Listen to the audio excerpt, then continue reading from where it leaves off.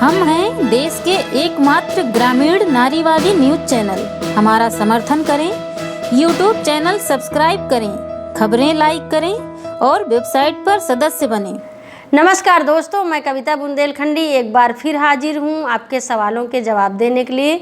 तो एडिटर देगी जवाब के इस एपिसोड में आपका बहुत बहुत स्वागत है। मैं शुरू में चर्चा करना चाहती हूं कोरोना वायरस को लेकर के, क्योंकि देश भर में कोरोना वायरस को लेकर के हड़कंप मचा हुआ है। तो चीन देश के वुहान शहर से कोरोना वायरस की शुरुआत होती है। वहाँ पर अब तक में बहुत सारी मौतें हो चुकी हैं। इसके बाद में केरल में भी इसके सैंपल मिले, बहुत सारे लोग बीमार हैं, मौतें हुई हैं। और अब जो सबसे नया केस सामने आ रहा है वो है दिल्ली का। कुछ दिन पहले इटली देश से एक शख्स आते हैं दिल्ली में, और वो एक अपने बच्चे की पार्टी, बर्थडे पार्टी नामी ग्रामी होटल पर करते हैं। जो उस शख्स के बच्चे हैं वो नोएडा में एक बहुत बड़े नामी ग्रामी स्कूल में पढ़ते भी हैं। उनके कुछ दोस्त भी और उनके वहाँ के उनके परिवार वाले भी उस पार्टी में शिरकत करने के लिए आते हैं। उसके बाद से बताया जा रहा है कि कोरोना वायरस के सैंपल वहाँ के लोगों पर पॉजिटिव पाए गए हैं, जिसके बाद से दिल्ली भर में हड़कंप तो मचा ही है। इसके अलावा बुंदेलखंड में भी इसकी खूब चर्चा हो रही है। बांदा जिला के डीएम ने भी प्रेस कॉन्फ्रेंस को बुला करके लोगों के बीच में जानकारी दी है। उन्होंने चर्चा किया और कोरोना वायरस के बारे में बताया, उसके लक्षण, बचने के उपाय। मैं भी यही कहना चाहती हूँ कि अगर आपको कोरोना वायरस के लक्षण मिलते हैं, खांसी, जुखाम, बुखार जैसे कि बीमारी अगर आपको घेरती है, तो आप लापरवाही न करें। अपने पास के डॉक्टर के पास जा कर के ज़रूर से सलाह लें और जाँच कराएँ। और बस मैं ये भी कहना चाहती हूँ कि कोरोना वायरस को लेकर के सोशल मीडिया में बहुत सारी फेक न्यूज़ें भी चल रही, बहुत सारी वीडियो वायरल हो रही, बहुत सारे लोग दवाइयों के बारे में बात कर रहे हैं। तो इस तरह की पोस्ट से, खबरों से बचें। अपने आप में आप दवाइयाँ ना लें जब तक डॉक्टर की सलाह नहीं होती है। तो दोस्तों, अब मैं चलती हूँ आपके सवालों को पढ़ने और देती हूँ उसके जवाब। मैं बताना चाहती हूँ कि 11 फरवरी को हमने खबर लहरिया यूट्यूब चैनल पर एक खबर चलाई थी। खबर ये थी कि छतरपुर जिला में एक महिला को कुछ बदमाशों ने गोली मार दी। महिला घायल अवस्था में हॉस्पिटल जाती है, उसके बेटे लेकर के भर्ती कराते हैं। ये खबर जब यूट्यूब में चली, इसको अब तक में 1.5 लाख से ज़्यादा लोग देख चुके हैं। काफ़ी इसमें कमेंट भी आए हैं, लेकिन कमेंट किस तरह के आए हैं मैं बस थोड़ा चर्चा करना चाहती हूँ। क्योंकि जब मैं उसके कमेंट पढ़ रही हूँ, ज़्यादातर लोग लिखे जय श्री राम, जय भवानी, जय हनुमान, जय दुर्गा, मतलब इस तरह के कमेंट आए हैं। जबकि उस महिला को कितना दर्द हो रहा, खून बह रहा है। और उसके बाद हम इस तरह की, क्योंकि कोई भी घटना को जब आप धर्म के नाम से जोड़ लेते हो, वो मुझे लगता है सबसे तकलीफ देने वाली बात हो जाती। किसी का दर्द देख करके हमको दर्द क्यों नहीं होता, हम किसी के दर्द में शामिल क्यों नहीं होना चाहते। मैं नहीं समझ पा रही हूँ कि ये नारे लगाने से, धर्म के आड़ में इस तरह की चीज़ें बोलने से आखिर क्या मिल जाएगा। 3-4 तरह के इसमें कमेंट आए हैं।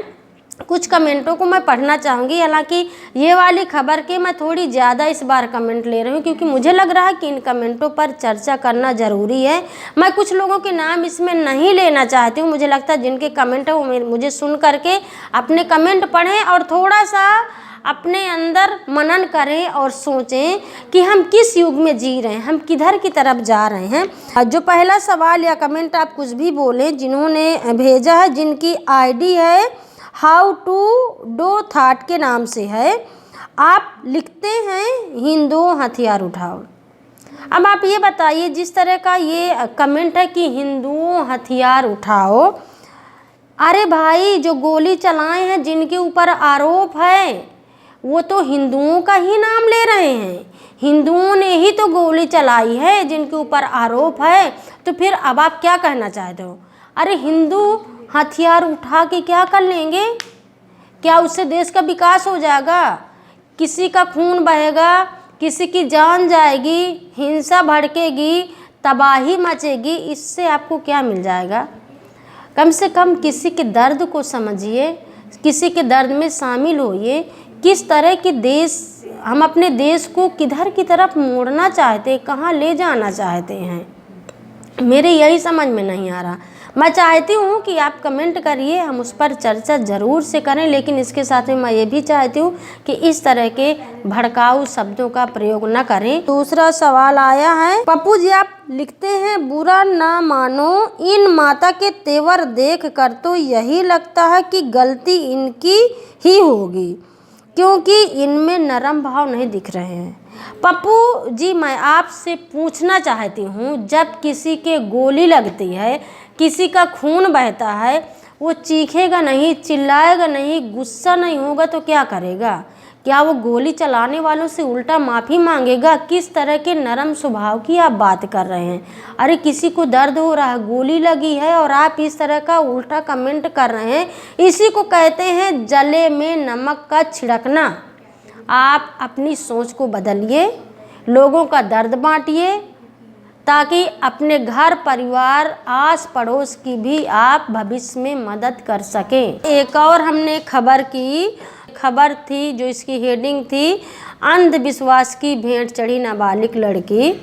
चित्रकूट जिले की ये खबर है, जिसमें एक नाबालिग लड़की है जिसको पेट में दर्द होता है और उसके परिवार वाले उस लड़की को लेकर के एक बाबा के पास में जाते हैं।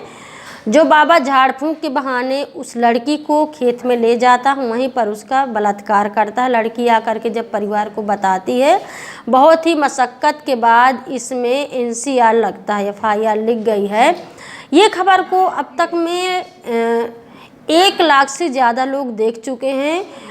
काफ़ी कमेंट आए हैं, लगभग 50 कमेंट आए हैं। ये इसमें जब मैं कमेंट पढ़ रही थी, बहुत सारे लोग हैं जो बाबा की निंदा कर रहे हैं, इस घटना की निंदा कर रहे हैं, और मुझे अच्छा लगा कि कम से कम लोग इस चीज़ को समझ रहे हैं कि हाँ गलत है। जबकि मैं ये भी कहना चाहूँगी कि अंधविश्वास की भेंट लोग ना चढ़ें, क्योंकि इसमें लोगों की भी गलती है कि हम भी उन ढोंगी बाबाओं का विश्वास करते हैं और उनके पास इलाज कराने के लिए पहुँच जाते हैं।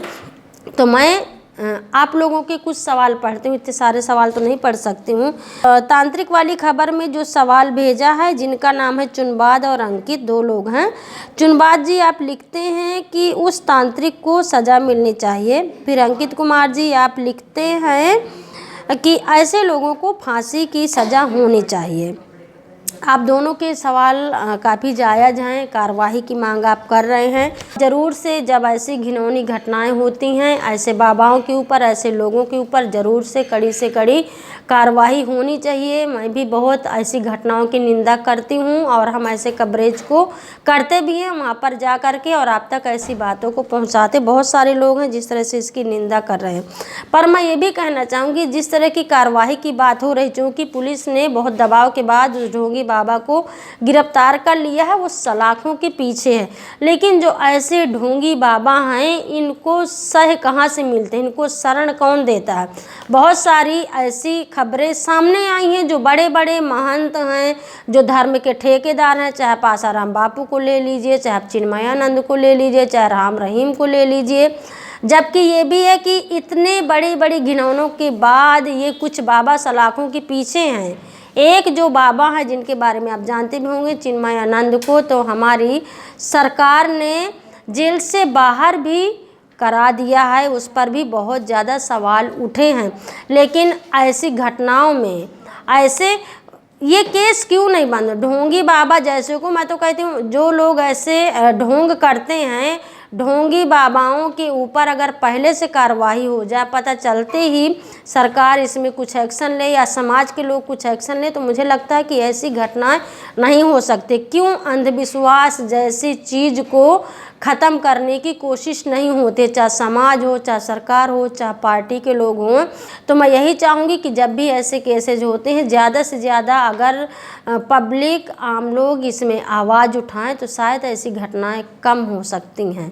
तो दोस्तों बहुत सारी और भी हमारी खबरें हैं जिनको बहुत लोगों ने पसंद किया है, बहुत सारे कमेंट भी आए हैं। तो शो है मतलब उसकी कुछ टाइमिंग है, तो मैं सबके नाम और सवाल और खबरों के बारे में नहीं बात करना चाहती हूँ। तो आपको कैसे लगा ये वाला शो, आप ज़रूर से अपने सुझाव और कमेंट मुझे लिख करके भेजते रहिए। आप खबर लहरिया चैनल को लाइक करें, सब्सक्राइब करें और शेयर करना ना भूलें। और हाँ, ज़रूर से खबरलहरिया.org ये हमारी वेबसाइट है, आप यहाँ जा कर के रोज़ की खबरें पढ़ सकते हैं, देख सकते हैं और ख़रीदारी भी कर सकते हैं। तात तात बुंदेलखंड के नाम से जो टी शर्ट बनी है होली में, उस पर डिस्काउंट भी मिल रहा है, कई कलर उसमें आ गए हैं। तो आप ज़रूर से अपने दोस्तों को बांटिए, ख़रीदारी करिए और जुड़े रहिए हमारे साथ में। तो दोस्तों, आप सबको 8 मार्च महिला दिवस की और होली की बहुत बहुत शुभकामनाएं। खूब इंजॉय करिए, गुजिया खाइए, रंग खेलिए, लेकिन हाँ, हिंसा मत करिए, भड़काऊ नारे मत लगाइए। तो मैं अगले एपिसोड में फिर मिलती हूँ आपके कुछ नए सवालों के जवाब देने के लिए। तब तक के लिए दीजिए इजाज़त। नमस्कार। खबर लहरिया, आपकी खबर आपकी भाषा।